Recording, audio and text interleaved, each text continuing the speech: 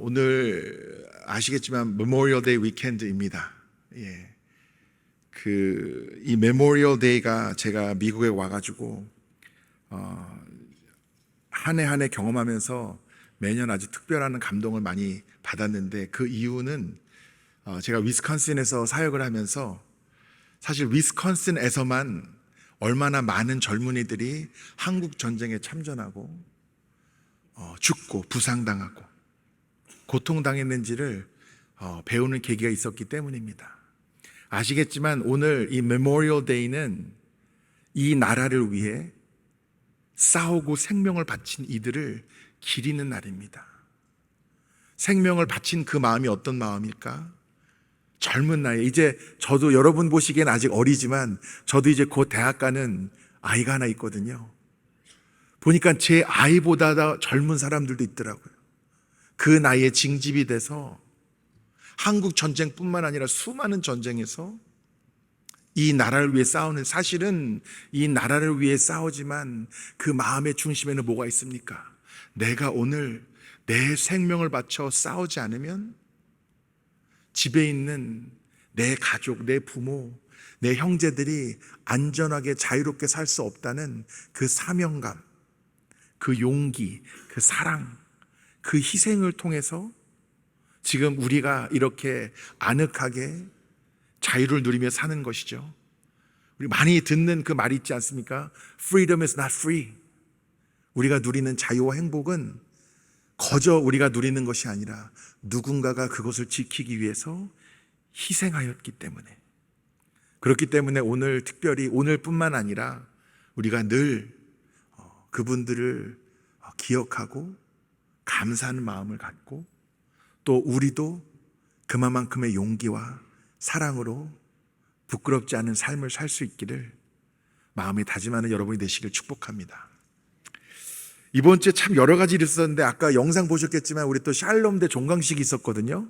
그날도 사고가 있었어요. 뭐가 있었냐면, 이 프로젝터가 갑자기 안 돼가지고 계획대로 종강식이 진행이 안 됐었습니다. 앞에 이렇게 TV 화면 막 나오잖아요. 그게 원래 그렇게 하려고 그랬던 게 아니라 이 프로젝터 영상을 쏴야 되는데 그게 안 되면서 사실은 많은 어려움이 있었습니다. 그럼에도 불구하고 얼마나 열정이 넘치시는지요. 그 안에 열기를 아마 거기 있는 분들은 다 느끼셨을 거예요. 너무나 아름답고 은혜로운 종강식이었습니다. 참여하신 분들 그렇죠? 근데 또 무슨 일이 있냐면, 또 어제 비가 오고 낙뢰가 떨어지면서 저희 기계에 지금 문제가 생겼습니다. 감사한 것은 어제 12시, 밤 12시가 지나도록 우리 황승현 집사님, 황승모 집사님, 이정민 집사님, 또 기사님, 여러분이 아주 늦은 시간까지 그래도 고치고 수리해가지고 이 정도 저희가 예배 드리는 거거든요. 그래서 처음에는 제가 오늘 조명도 안 나오고 또 이렇게 조명 틀면 눈이 아파가지고 제대로 설교를 못하면 어떡하지, 이런 염려하는 마음도 있었는데, 아침에 하나님이 제 마음속에 감사가 넘쳐나게 하시더라고요. 오늘 우리가 이렇게 예배 드릴 수 있는 게 감사한 거 아닙니까? 여러분 그냥 부흥에 참석한다고 생각하시고, 오늘 조금 불편할 수도 있지만 여러분의 믿음으로 말미암아 더 큰 은혜를 누리시게 되기를 축복합니다. 아멘. 제가 보니까요, 우리 아틀란타 한인교회 보이지 않는 곳에서 묵묵히 섬기고 이 교회를 지켜가는 분들이 참 많으신 것 같아요. 다 하나님의 은혜이고 오늘도 감사의 이유이고 우리 감사의 제목인 것 같습니다. 그 마음을 품고 오늘 말씀을 여러분과 나눕니다. 이제 이 사도행전 9장을 오늘 마무리를 하게 되는데, 여러분 사도행전 하면 제일 먼저 떠오르는 인물이 누구예요? 사실 바울이죠. 그것은 분량으로 따졌을 때 사실은 바울의 그 사역이 대부분을 차지하기 때문이기도 할 겁니다. 근데 엄밀히 따지면은 전반부, 후반부를 우리가 나눌 수 있는데 12장까지는 베드로가 중심이 되는 내용이라고 보시면 되고, 이제 13장부터는 본격적으로 끝까지 바울의 사역에 대해서 우리가 나누게 될 텐데, 오늘은 이제 바울이 예수님을 만났던 이야기를 하다가 다시 베드로의 얘기로 돌아옵니다. 32절에 보면, 그때 베드로가 사방으로 두루 다니다가 자, 여러분, 이 32절에 베드로가 사방으로 두루 다녔다는 얘기가 사실은 굉장히 놀라운 이야기입니다. 여러분 기억하실지 모르겠는데 스데반이 순교당하면서 본격적으로 기독교인들에 대한 핍박이 시작이 되고, 핍박이 되니까 이제 기독교인들이 다 예루살렘을 떠나가지고 흩어지기 시작했어요. 예루살렘과 사마리아와 온 유대와 땅끝까지 이르러 내 증인이 되리라는 하나님의 말씀이 이제 실현되기 시작하는 것이죠. 그래서 기독교인들이 스데반의 순교 이후에 핍박을 당하다가 다 예루살렘 밖으로 흩어져 나갔는데 누구만 남아 있었어요? 사도들만 남아 있었어요. 사도들은 어디 안 갔습니다. 그런데 오늘 말씀을 보니까 베드로가 예루살렘을 떠난 정도가 아니라 두루 다녔다. 그러니까 여기저기 지금 막 돌아다니고 있는 거예요. 그러니까 다른 제자들도 돌아다니는지 안 다니는지는 언급이 안 됐으니까 모르겠는데, 확실한 것은 지금까지는 그냥 예루살렘에 남아가지고 뭐만 하는 거예요. 그냥 이렇게 지시만 내리는 거예요. 그리고 흩어져 있는 사람들도 계속 예루살렘과 소통하고, 이 사울도 회심하고 나서 누구를 만나고 싶어 했어요? 제자들을 만나고 싶어 했어요. 교제하고 싶어 했어요. 왜냐, 지금 이 교회, 초대교회에 지금 정신적인 지주가 누구예요? 이 사도들이에요. 실질적인 지도자들인 겁니다. 근데 웬일인지 베드로는 거기에 머물러서 이렇게 해라 저렇게 해라, 그렇게 해도 충분히, 그나마 또 제자들 중에서도 제자 아니에요? 특별한 제자 아닙니까? 근데 웬일이지 오늘 말씀 보니까 사방으로 두루 다니고 있었다, 이렇게 기록이 되어 있어요. 이거 여러분이 유심히 바라보셔야 될 내용입니다. 왜 그랬는지. 루다에 사는 성도들에게 내려갔는데 여기저기 다니다가 거기서 애니아라는 사람에 대해서 듣게 됩니다. 이 애니아는 오늘 말씀을 보니까 중풍병으로 8회 8년 동안 지금 고생하는 사람이에요. 제가 말씀을 준비하면서 성경에 여러 가지 병의 내용이 많이 나오는데, 제가 설교 준비하면서 좀 긴장되는 이유가, 우리 교회, 우리 또 의학계에 종사하시는 전문가들이 많으시잖아요. 제가 뭐 또 잘못 얘기할까봐. 예.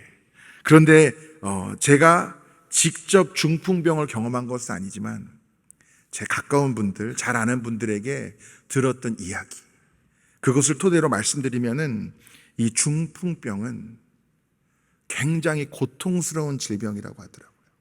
왜 그러냐? 정신은 멀쩡한데 몸이라는 감옥에 갇혀가지고 들리는 것도 다 들리고 때로는 보이는 것도 다 보이고 모든 것이 인시가 되는데 내 몸이 맘대로 움직여지지가 않는 거예요. 말도 맘대로 안 되고, 어눌하게라도 말이 나오면 다행인데 아예 안 나오는 경우도 있고, 몸이 아예 움직이지를 못하니까 얼마나 답답합니까? 여러분, 단 며칠만이라도 정신은 온전한데 몸이 맘대로 움직이지 않는 삶을 산다고 생각해 보세요. 단 8일만 그렇게 살아도 얼마나 답답하겠어요. 정신이 어떻게 될 것 같아요. 너무 힘들어가지고.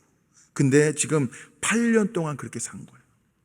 또 여러분, 병이 들어서 몸을 가누지 못하면은 계속 한 자세로 누워있으면 어떻게 됩니까? 등에 뭐가 생겨요?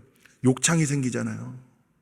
그러니까 지금 이 중풍병을 8년 동안 앓았다는 것은 누군가의 돌봄을 받지 않으면은 살아있을 수 없을 뿐더러 그 답답한 육신이라는 감옥에 갇혀서 하루하루를 고통 가운데 보내고 있었다는 겁니다. 그 사람에게 베드로가 이르되, 애니야야, 예수 그리스도께서 너를 낫게 하시니 일어나 내 자리를 정돈하라. 누구의 이름으로 치유합니까? 예수 그리스도. 그리고 내 자리를 정돈하라, 이렇게 이야기를 합니다. 보통 미국 교회에서 영어로 설교할 때는 여기서 한번 웃음이 터지는 유머가 꼭 있어요. 이제 영어로 하면은 make your bed 이렇게 되잖아요. 예, 우리 애들도 집에서 엄마 아빠가 침대 정리하라고 그러면 아침에 다 안 하잖아요. 어차피 밤에 또 흩어질 텐데 꼭 그걸 또 정리해야 되냐고. 근데 여기서는 그런 의미가 아니라 오늘 말씀에 나온 대로 지금 누군가의 도움을 받아서 마음대로 돌아다니지도 못하고 하루하루를 누군가가 챙겨주고 돌봐주지 않으면 살 수 없는데 일어나가지고, 왜냐? 하나님 지금 완전하게 치유하셨으니까 예수 그리스도의 이름으로 나음을 입었으니까 이제는 스스로 그 자리를 정리하고 걸어 나갈 수 있다는 것을 의미하는 것이죠. 여러분, 하나님의 치유, 예수 그리스도의 그 이름의 능력은 이렇게 놀라운 것입니다. 그리고 이거보다 더 놀라운 열매가 있는데, 룻다와 사론에 사는 사람들이 다 그를 보고 주께로 돌아오니라. 8년 된 중풍병자가 나음을 입고 일어나서 스스로 자리를 정리해서 털고 나아가는 것도 놀라운 하나님의 은혜이고 역사이고 이적이지만, 그것보다 더 놀라운 은혜가 뭐예요? 그것을 보고 사람들이 주께 돌아오는 것입니다. 여러분, 몸의 질병이 낫는 것이 더 큰 기적입니까? 영원히 구원받는 게 더 큰 기적입니까? 영원히 구원받는 거예요. 왜 그러냐? 여러분, 제가 보니까요, 하나님이 괜히 몸 너무 건강하게 치료해 주셔봤자 죄만 더 짓는 사람도 있더라고요. 그 건강한 몸으로. 아플 때는 죄라도 못 짓잖아요. 몸만 건강해져가지고 죄 더 많이 짓고 지옥 가면 뭐합니까? 정말 우리가 사모해야 될 참되고 거룩하고 아름다운 기적은 우리의 영혼이 구원받아서 영원한 생명을 누리는 것이라는 사실을 깨달으시기 바랍니다. 이게 왜 놀라운 기적이냐면요, 여러분, 예수님께서도 그렇고 제자들도 그렇고 병자를 치유할 때는 그냥 예수님의 이름의 능력, 권능으로 치유하시거든요. 근데 예수님조차도 하나님이시고 하나님의 아들이신데 영혼을 구원하기 위해서는 그냥 구원하신 게 아니라 값을 치르셔야 됐어요. 무슨 값입니까? 피값. 하나님이고 하나님의 아들인데도 다른 이적은 내 피값을 치를 필요가 없는데 영혼을 구원할 때는 내 피값을 치러야 됐어요.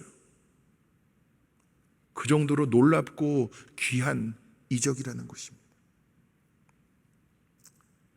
계속해서 베드로 이야기가 이어집니다. 36절에 요빠에 다비다라는 여제자가 있으니 그 이름을 번역하면 도르가라. 이게 만약 영어 설교했으면 여기서도 또 웃긴 부분이 있거든요. 이 도르가랑 다비다가 같은 이름이에요. 다른 언어로 얘기하는 건데 영어로 하면은 Dorcas라고 그러죠. Dork. 그러니까 Dork라는 이름이 좋은 의미가 아니잖아요. 그러니까는 다들 도르가보단 다비다가 낫겠다 뭐 이러고, 항상 또 그것이 웃음의 이유가 됩니다. 근데 어감상 영어로 하면 Dorcas 이러면 꼭 Dork랑 비슷하니까 안 좋은 어감인데 사실은 이 이름은 아름다운 의미를 갖고 있어요. 가젤이란 뜻입니다. 여러분, 가젤이란 동물 아세요? 사슴과 좀 비슷하게 생겼는데 뿔이 이렇게 마디마디가 있으면서 뾰족하고 얼굴에 이렇게 하얀 모습에 검은 줄 같은 게 있는 사슴같이 생겼는데 제가 볼 때 조금 더 아름다운 그런 동물이에요. 그러니까 우리가 한국에서도 사슴 같다, 꽃사슴 같다 그러면은 어떤 의미입니까? 아름다다는 뜻이잖아요. 그러니까 아마도 이 다비다, 이 도르가가 그런 의미의 이름을 갖고 있었고 그런 아름다움이 있는 사람이 아니었는가, 그렇게 우리가 추측해 볼 수도 있겠죠. 그 외모는 어땠는지 우리가 모르지만 오늘 성경에 보면은 이 도르가가 선행과 구제하는 일이 심히 많았다, 이렇게 기록이 되어 있습니다. 아주 귀한 하나님의 여제자였던 것이죠. 근데 병이 들어서 죽었고 사람들이 시체를 씻어서 다락에 누워놓은 상태였습니다.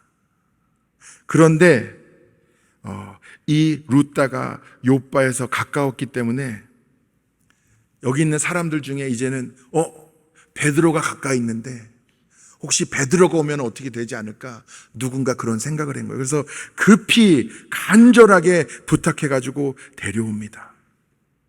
그러면서 베드로가 일어나 그들과 함께 서서 다락방에 올라가가지고 보니까 사람들이 막 우는 거예요. 과부들이. 거기서 베드로는 사람들을 내보내고 무릎 꿇고 기도하고 다비다야 일어나라 라고 이야기를 하니까 다비다가 눈을 뜨고 베드로를 보고 앉았다, 이렇게 성경에 기록이 되어 있습니다. 자, 두 기적이 일어납니다. 기적이 일어나는데 여기서 여러분이 눈여겨볼 게 몇 가지가 있어요. 첫 번째 기적도 두 번째 기적도 생각나는 게 있어요. 첫 번째 기적도 내 친구를 통해서 나음을 입었던 병자의 이야기가 생각이 납니다.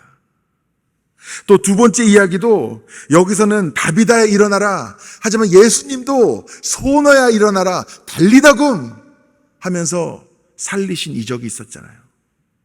두 이적이 다 예수님이 행하신 이적과 비슷합니다.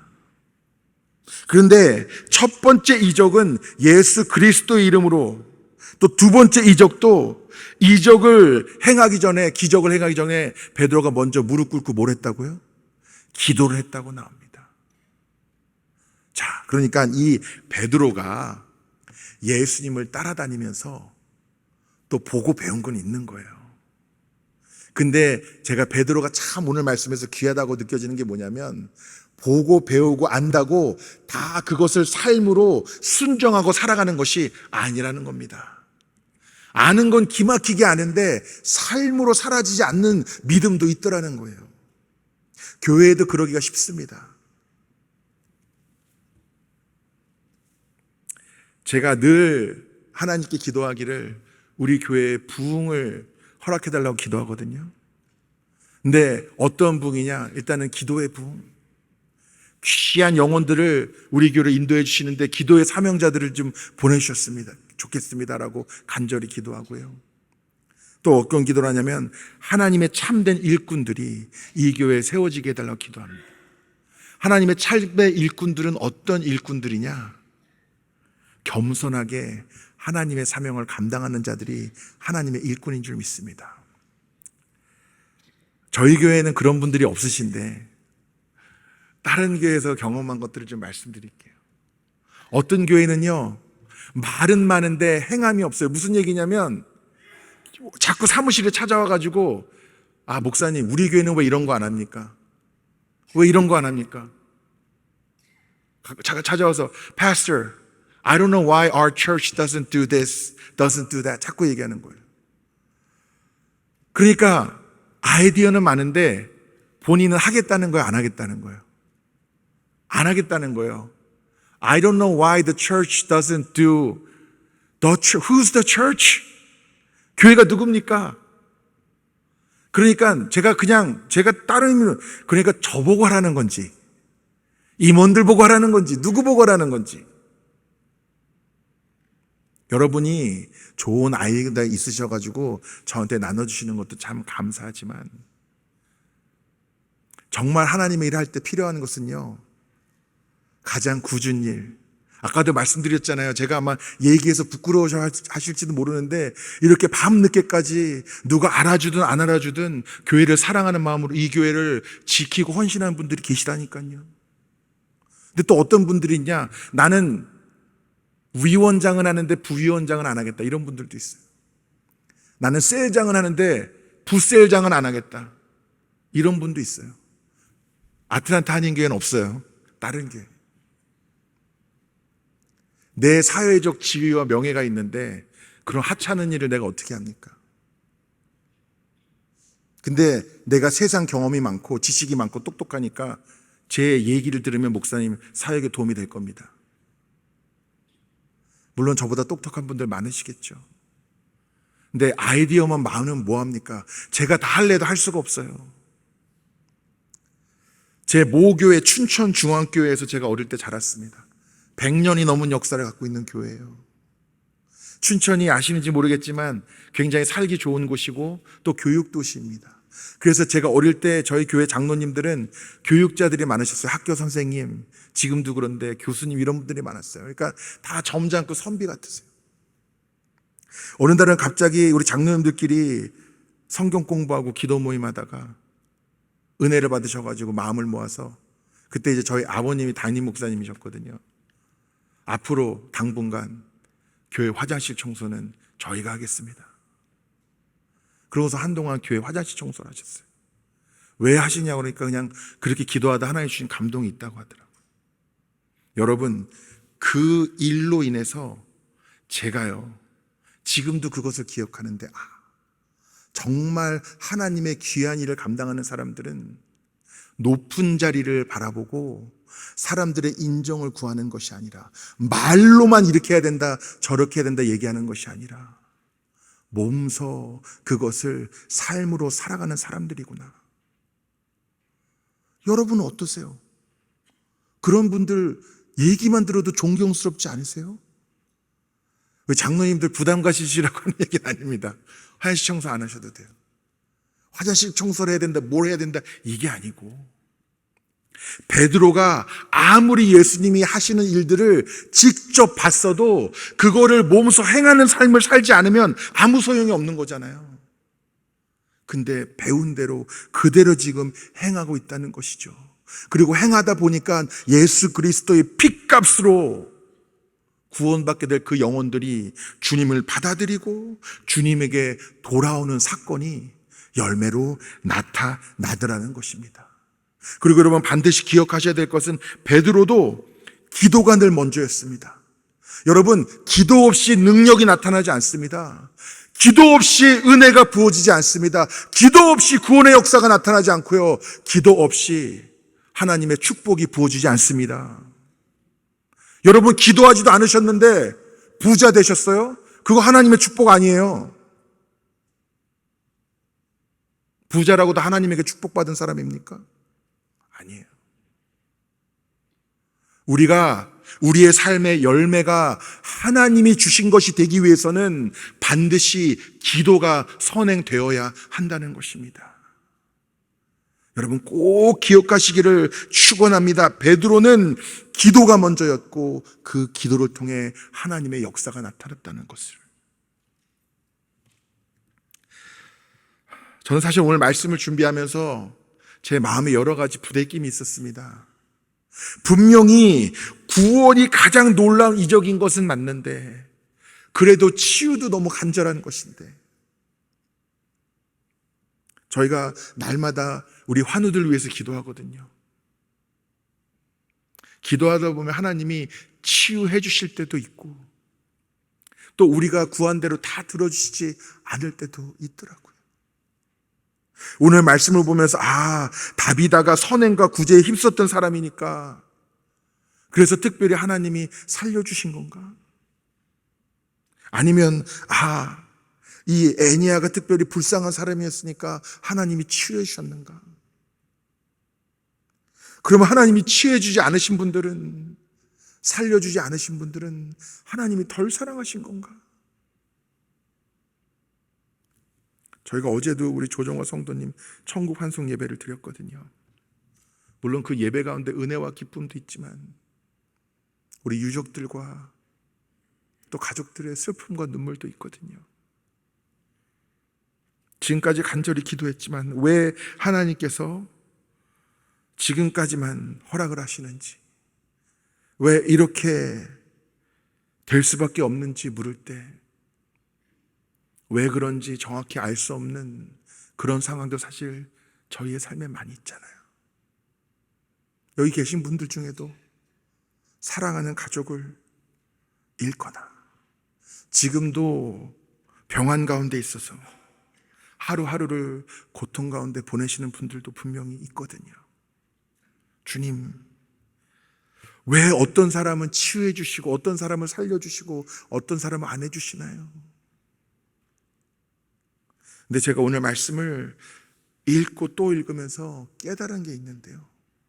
여러분, 이 말씀의 주인공은 베드로도 아니고요, 애니야도 아니고 다비다, 도르가도 아닙니다. 이 말씀의 주인공은 누구예요? 하나님이에요. 예수님입니다. 내 인생의 주인, 내 인생의 주인공이 누굽니까? 하나님이시잖아요.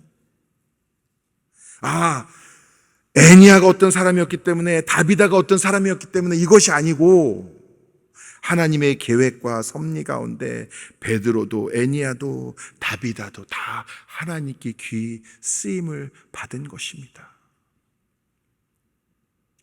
왜 누군가는 치유해주고 누군가는 안 해주셨는가? 라는 질문이 우리 안에 이를 때 슬픔도 있지만, 그러나 분명한 것은 우리가 천국 소망으로 살아가기 때문에 이 세상에 태어난 날이 다르듯이 이 세상 육신의 삶이 끝나는 날도 다 다르겠지만 분명한 것은 우리가 영원토록 주님 품에서 그 놀라운 은혜를 누리게 될 것, 그것이 가장 큰 기적이라고 우리가 고백하고 그 믿음으로 우리가 살아가는 것 아니겠습니까? 주님의 뜻이 무엇인지 지금으로서 다 이해할 수는 없지만 내 삶의 주인, 내 삶의 주인공은 내가 아니라 주님이심을 고백하오니 주님의 뜻이라면 내가 순종하겠습니다. 주님의 뜻이라면 내가 따르겠습니다. 라고 고백할 수 있는 믿음이 오늘 저와 여러분 가운데 넘치도록 부어지기를 간절히 소망합니다. 이 두 이적을 통해 많은 사람들이 주를 믿었고 주께로 돌아옵니다. 43절의 마지막 절에 흥미로운 이야기가 나오는데 베드로가 요빠에 여러 날이 있어 시몬이라는 무두장이의 집에서 머무느니라.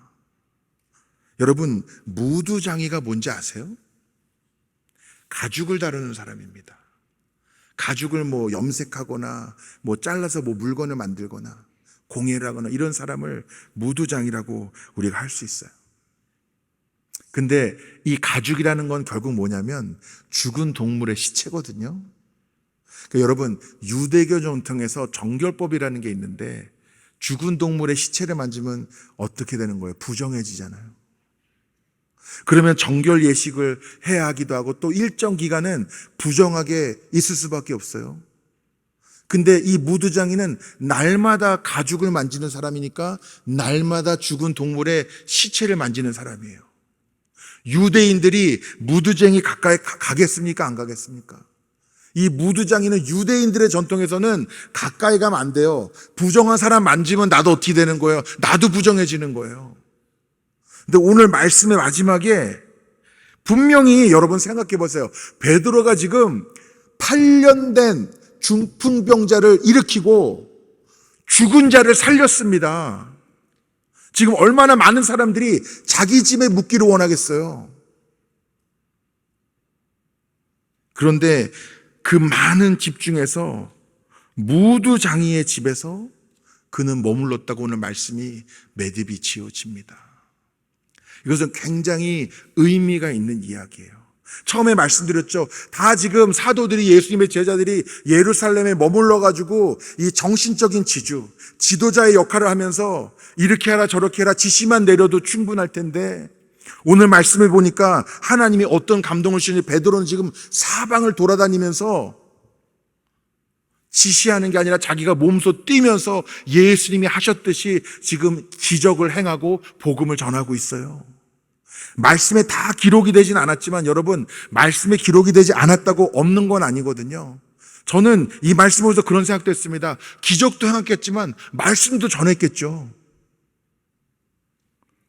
근데 그 가운데서 이제 예수님은 베드로가 대표한 교회에 또 다른 새로운 변화들을 요구하고 계신 거예요. 이제는 종교, 형식, 율법, 전통 이런 것에 매여 있는 것이 아니라 새로워지기를 요구하고 계신 거예요.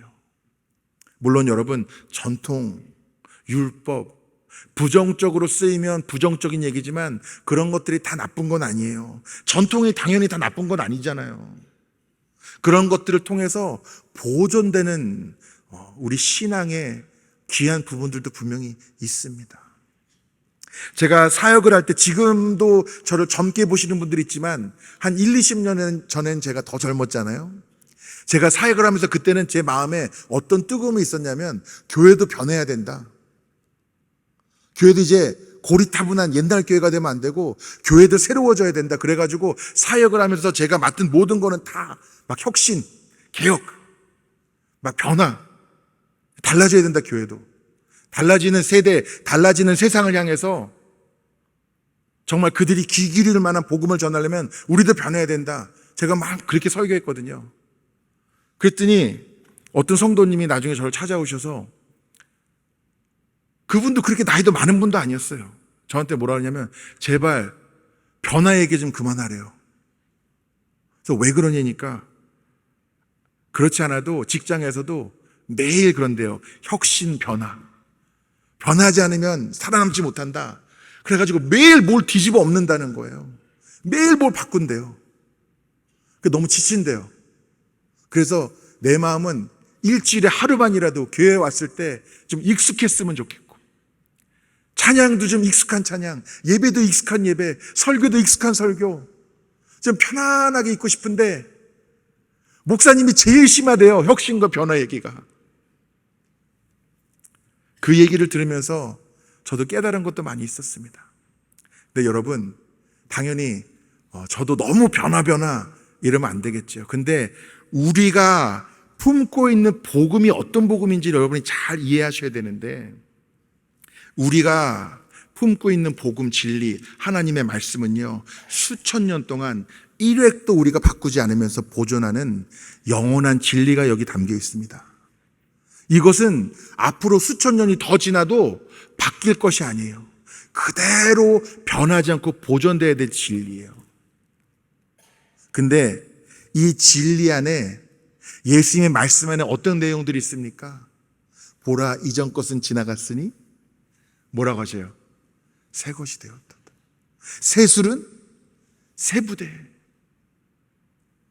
모든 역사와 시간을 초월해서 절대 변하지 않는 진리 가운데 날마다 새로워지는 놀라운 섭리가 거기에 동시에 포함되어 있는 거예요.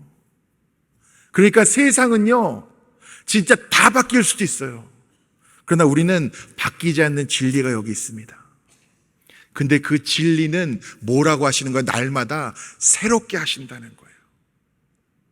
여러분, 당연히 세상도 매일 변해야 된다는데 교회까지 바뀌면 여러분 지치시죠. 그런데 제가 다시 아까 얘기로 돌아가서, 역사의 주인은 누구십니까? 하나님. 하나님은 여기 계시고 나는 여기 있으면 누가 바꿔야 돼요? 하나님과 바꾸셔야 돼요? 아니잖아요.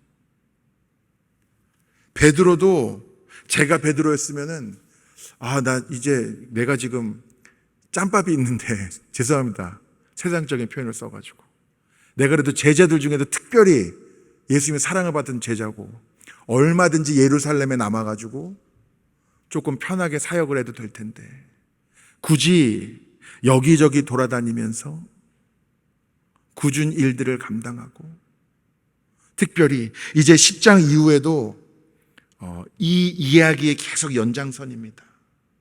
한 영혼이 구원받고 한 가정이 구원받는 게 왜 귀한지, 그리고 하나님의 복음이 예루살렘에 머무는 것이 아니라 온 유다와 사마리아와 땅끝까지 전파되기 위해서 과감하게 내려버려야 될 것이 무엇인지, 바꿔야 될 것이 무엇인지 이제 구체적으로 하나님께서 베드로에게 도전하기 시작하십니다.